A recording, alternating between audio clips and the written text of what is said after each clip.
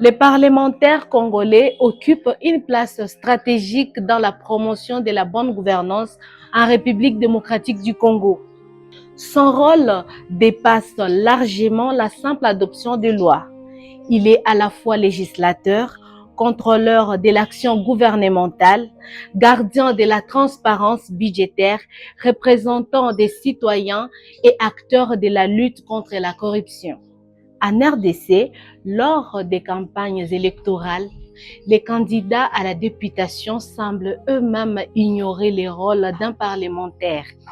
Ces futurs parlementaires promettent aux électeurs la construction des routes, des écoles, des hôpitaux et des ponts. Une stratégie qui aveugle les électeurs sur les bons choix d'un parlementaire. Après les élections, les électeurs évaluent les députés sur base des promesses faites pendant la campagne électorale, oubliant le vrai rôle d'un parlementaire. Que dit la Constitution congolaise au sujet des rôles d'un parlementaire pour soutenir la bonne gouvernance? Le parlementaire est aussi appelé les représentants du peuple.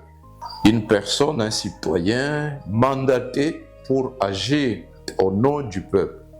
Et ce mandat définit ce rôle. C'est d'abord défendre les intérêts de la population qui mandate les députés à travers le vote du budget et du programme de gouvernement pour se rassurer que les politiques publiques mises dans le programme de gouvernement répondent exactement aux besoins, aux attentes de la population qui a élu ces parlementaires. Une population qui souffre du manque de routes, qui souffre du manque de sécurité, du manque d'hôpitaux, du manque d'écoles. Cette population-là voudrait voir son député, son parlementaire être rigoureux dans l'examen du programme présenté par le gouvernement, que ces problèmes-là trouvent des réponses dans ce programme. Deuxième rôle, le député va, en collaboration avec le gouvernement ou sur initiative des députés, faire élaborer des lois qui permettent à ce que ces préoccupations de la population trouvent une réponse. En troisième lieu, le rôle du député consiste à contrôler, à évaluer si effectivement le gouvernement qui a reçu le pouvoir, qui a reçu les impôts et taxes de la population représentée par ces parlementaires-là, est-ce que ces impôts et taxes sont utilisés en vue d'exécuter ces programmes de gouvernement qui répondent aux préoccupations de la population? Et si les ministres, les mandataires des entreprises publiques n'utilisent pas cet argent-là, ne travaillent pas dans le sens des intérêts de la population tel qu'est défini dans le programme du gouvernement, le parlementaire a le rôle, le mandat de retirer sa confiance d'un ministre pour le faire tomber. Les parlementaires sont habilités à assurer le contrôle de l'exécutif. Pour la RDC, estimez-vous que ce rôle est suffisamment assuré? Dans l'expérience de notre pays, depuis 1960 jusqu'à ce jour, le Parlement congolais a trahi les attentes de la population. Toutes les recherches menées sur les rôles du parlementaire, ma petite expérience personnelle durant la législature 2019-2023 m'ont démontré clairement que le Parlement congolais a échoué tant sur le plan de l'examen du programme de gouvernement. C'est une simple formalité. Beaucoup de parlementaires, beaucoup de députés ne lisent même pas le programme du gouvernement. Ils ne connaissent pas le contenu. Non seulement n'ont pas la volonté, d'autres n'ont pas simplement la capacité.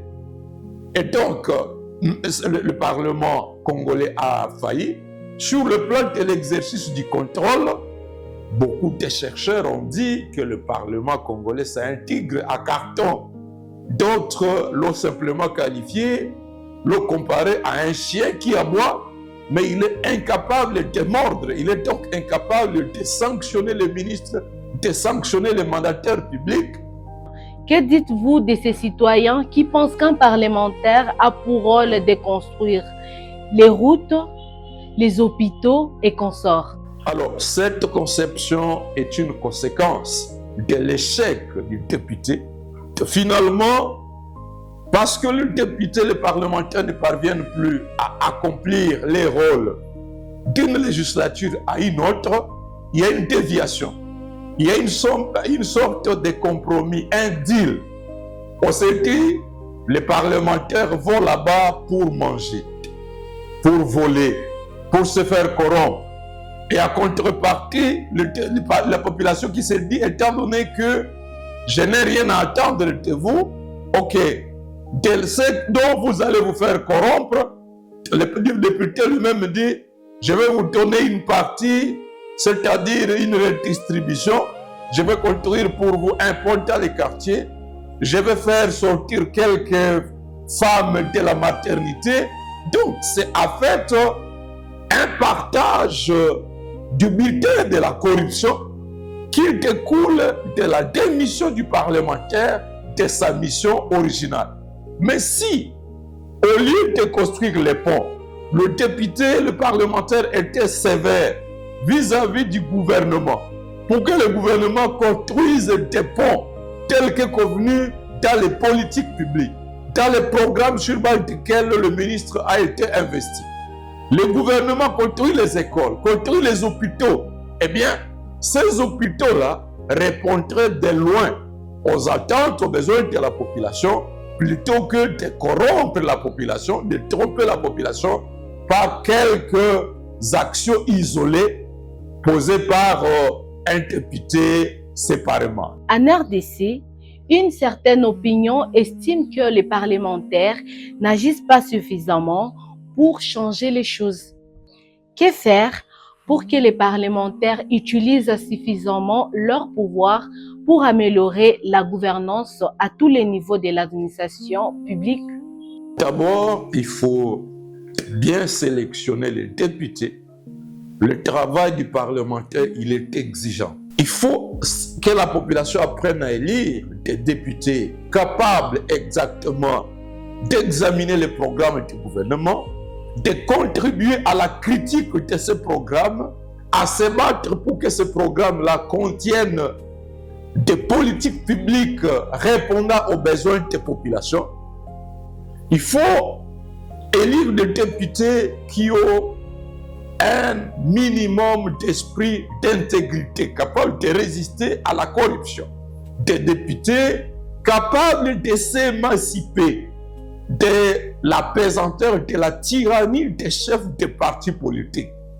Les parlementaires, pour la plupart des cas, sont des prisonniers, des esclaves des fameuses autorités morales qui veulent détourner les élus du peuple pour que ces élus-là se conforment aux caprices des chefs de parti.